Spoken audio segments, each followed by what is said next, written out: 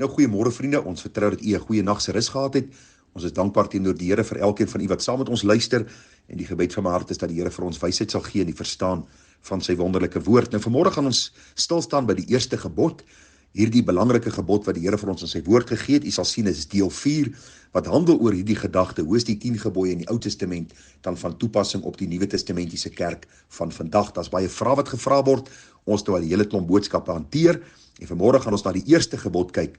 Jy sal onthou daar in Eksodus 20 het die Here vir sy volk 10 gebooie gegee, en die eerste gebod sê, toe het God al hierdie woorde gespreek en gesê, jy mag geen ander God voor my aangesig hê nie. Vriende, die belangrikste gebod wat die Here vir ons gee, is die feit dat hy 'n enige Here is, en dat ons geen ander God voor sy aangesig mag hê nie. Dit is baie belangrik om raak te sien, want u sien, daar is mense wat hierdie gebod as gering ag, as ondergeskik aan die ander gebooie. En dit, vriende, is 'n gevaarteken vir my. Want die belangrikste gebod is dat ons moet sien, daar is net een ware God, en hy openbaar homself in die wonderlike woord. Die Bybel sê vir ons daar in Eksodus 20 vers 3 in die Engels, thou shall have no other gods before me. You are to have no other gods but me. Do not worship any God except me. Is so kosbaar as die Here vir ons sy woord so duidelik neerlê. Jy sien, hier is geen plek vir debat nie, hier is geen plek dat ons met God kan stry of redeneer nie, hier is nie plek vir vele godedom nie, hier is nie die baie paaie wat na die hemel lei gedagte nie. Die Bybel kom en hy maak die aanbidding van die Christendom 'n eksklusiewe en 'n besondere godsdiens om te sê, daar is een God, die een ware God, en ons kan hom alleen dien, en ons kan hom dien deur Jesus Christus, ons Here. Daarom is het belangrik, vriende, dat ons hierdie saak sal raak sien. Psalm 115 vers 1 sê die volgende, nie aan ons, o Here, nie aan ons nie, maar aan u naam gee ons eer, om u goedertierenheid, om u trou ontwil. Waarom sou die heidene sê, waar is hulle God dan, terwyl ons God in die hemel is? Hy doen alles wat hom behaag. Hulle afgode is silwer en goud, werk van mense hande. Hulle het 'n mond maar praat nie, hulle het oë maar hulle sien nie, ore het hulle, maar hulle hoor nie. Hulle het 'n neus maar ruik nie, hande maar hulle tas nie, voete maar hulle loop nie. Hulle gee geen geluid deur hulle keel nie. Die wat hulle maak, sal net soos hulle word. Elkeen wat op hulle vertrou. Israel vertrou op die Here. Hy is hulle hulp en hulle skild.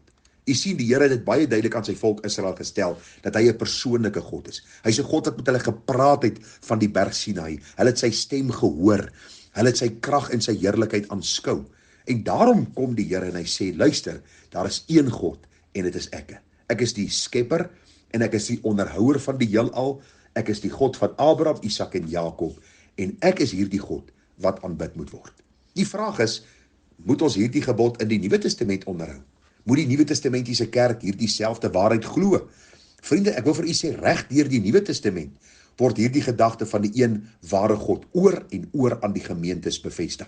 Kom ek lees vir u 'n paar gedagtes, sodat u kan sien, dit is nie so verregaande om te sê, dat die wet van die Ou Testament nog steeds van toepassing is op die Nuwe Testamentiese gelowiges nie.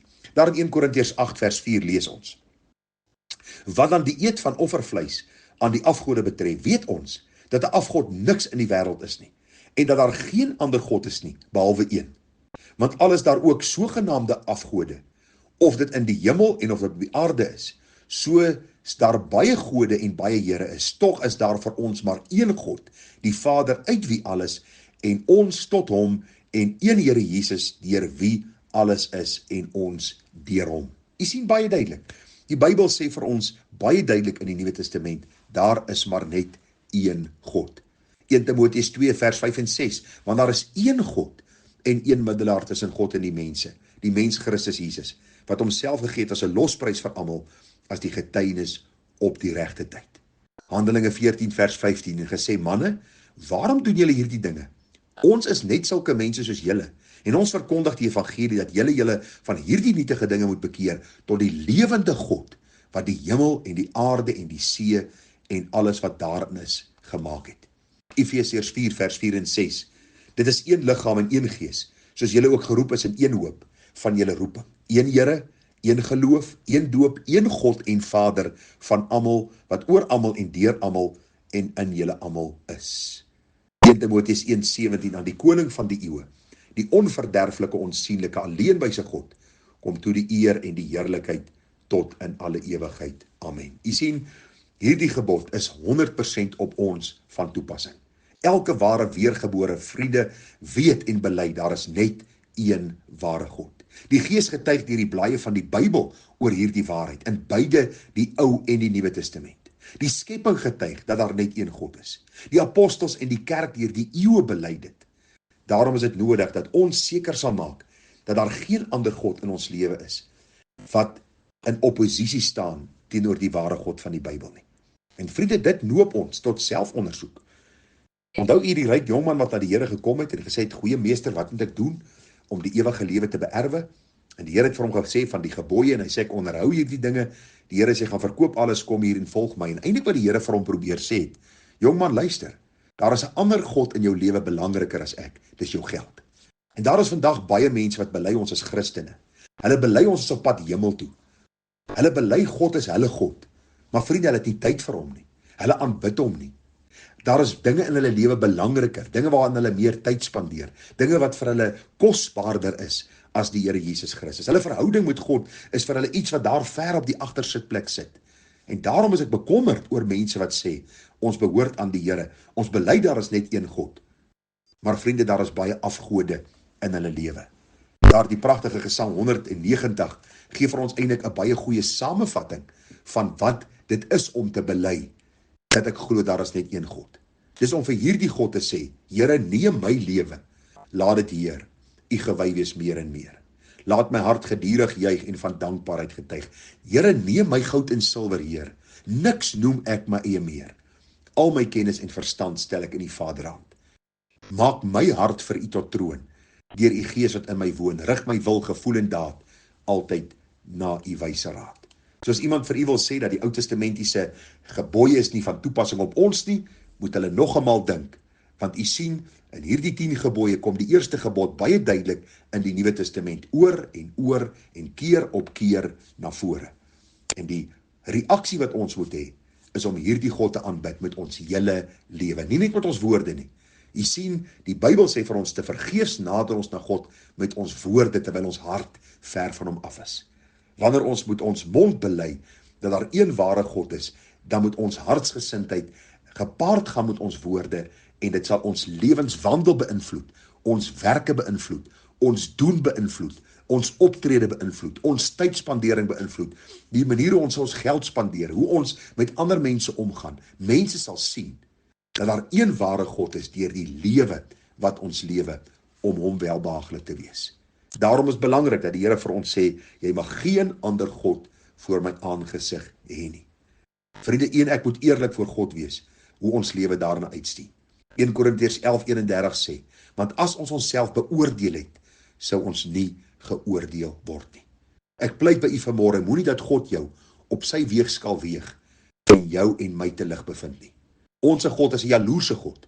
Hy het alles vir ons gegee. Hy vra van ons alles of niks. Ek dink so aan die verhaaltjie wat plaasgevind het in die tyd van Alexander die Grote, toe daar 'n jong man was wat voor hom gebring was, omdat hy van die oorlogsveld af weggevlug het. En hierdie jong man het voor Alexander die Grote gestaan, en Alexander het hom so gekyk en vir hom gesê, jong man, wat is jou naam? En hierdie jong man het so bewend gesê, Alexander. En hulle sê Alexander die Grote het vir hom 'n tweede keer gevra, wat is jou naam? Sê vir my hardop, wat is jou naam? En hy het gesê, Alexander. En sy woorde was gewees, verander jou naam, of verander jou optrede. En ag vriende, ons as Christene moet in hierdie môre ook vir die Here sê, Here, help ons, dat ons of ons naam verander, of ons optrede. Want as ons bely, daar is net een God, die God van die Bybel, die Skepper, die een wat in Christus homself kom openbaar het aan ons, sodat ons gered kan word. Dat ons so sal lewe, dat ander die Here in ons sal sien. Vriende, dit help nie ons praat met die mond, maar ons lewe kom nie ooreen met dit wat ons bely met ons mond nie. Mag die Here ons groot genade gee, dat ons sal bely daar is net een God, en dat hierdie God in ons lewens nommer 1 is, die hoogste prioriteit geniet, en dat ons hom dien met ons hele lewe. Here, hier is my lewe, laat dit wees tot u eer. Groete vir u, mooi dag verder, tada.